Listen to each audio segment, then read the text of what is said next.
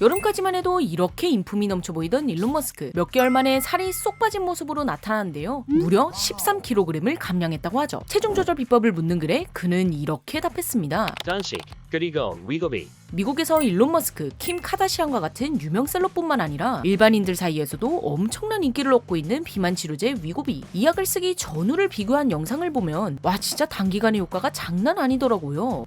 쩐다. 이렇듯 현재 미국에서 가장 핫한 약인 위고비는 2021년 FDA에 승인된 비만 치료제인데요. 2014년 이후 오랜만에 승인된 비만 치료제라고 합니다. 위고비는 글루카곤 유사 펩타이드, 일명 GLP-1이라는 호르몬을 모방한 약이에요. GLP-1은 음식물을 섭취하면 나오는 호르몬인데요. 이 호르몬은 위와 장을 둔화시켜 음식물이 천천히 소화되도록 유도하고 동시에 뇌의 식욕 억제 중추를 활성화해 포만감을 느끼게 해요. 또한 혈당량을 낮추는 인슐린의 분비를 촉진하는 등 여러모로 다이어트에 도움되는 든든한 호르몬이죠. 와 완전 좋은데요. 그런데 문제는 이 호르몬이 나오자마자 없어진다는 거예요. 분비되고 1에서 2분만 지나도 DPP-4라는 놈이 나타나서 다 때려잡거든요. 안 돼. 그래서 과학자들은 GLP-1과 같은 작용을 하면서도 DPP-4의 끄떡없는 약을 만들어낸 겁니다. 그게 바로 위고비인 거죠. 위고비가 대란으로 구하기 힘들어지자 덩달아 인기가 올라간 당뇨병 치료제 오젬픽 등도 비슷한 성분이고요. 그래서 우리나라에서도 살 수 있어요? 아직 준비 중이기는 한데 곧 출시될 예정이라고 해요. 대신에 이미 국내에서 유통되고 있는 약으로 삭센다가 있어요. 그러나 삭센다와 위고비를 비교하면 위고비의 효율이 더 좋다고 합니다. 삭센다는 매일 주사를 맞아야 하는 반면 위고비는 일주일에 한 번만 맞아도 되거든요. 그리고 효과도 위고비가 더 뛰어나다고 합니다. 삭센다의 경우 56주간 투여하면 평균 8%의 체중 감량을 보이는데 위고비는 68주간의 투여로 약 15%의 체중 감량 효과가 나타났거든요. 왜 장점만 얘기해요?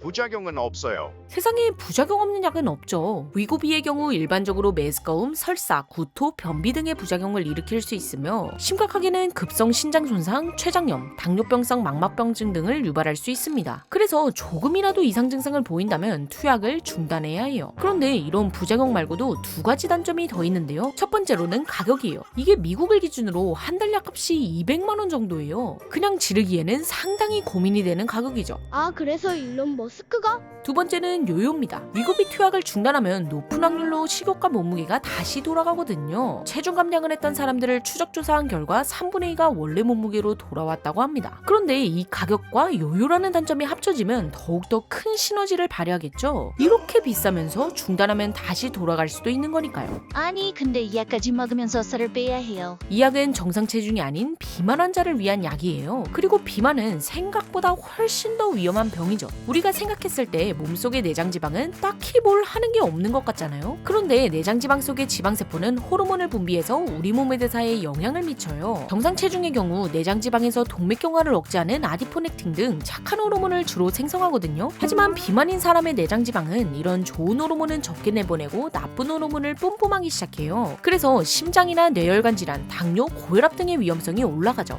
비만의 세계적인 기준은 BMI 지수 30.0 이상이거든요. 그런데 우리나라에서는 BMI 지수 25.0 이상으로 보고 있어요. 와, 한국인 차별하냐? 이런 차별에는 이유가 있는데요. 한국을 포함한 동아시아인들은 다른 사람보다 내장지방이 잘 쌓이기 때문이에요. 같은 BMI라고 해도 내장지방이 더 많아 위험할 수 있는 거죠. 이외에도 비만은 수면 무호흡증, 통풍, 관절염, 우울증, 그리고 각종암에 대한 위험성을 증가시키는 무서운 병입니다.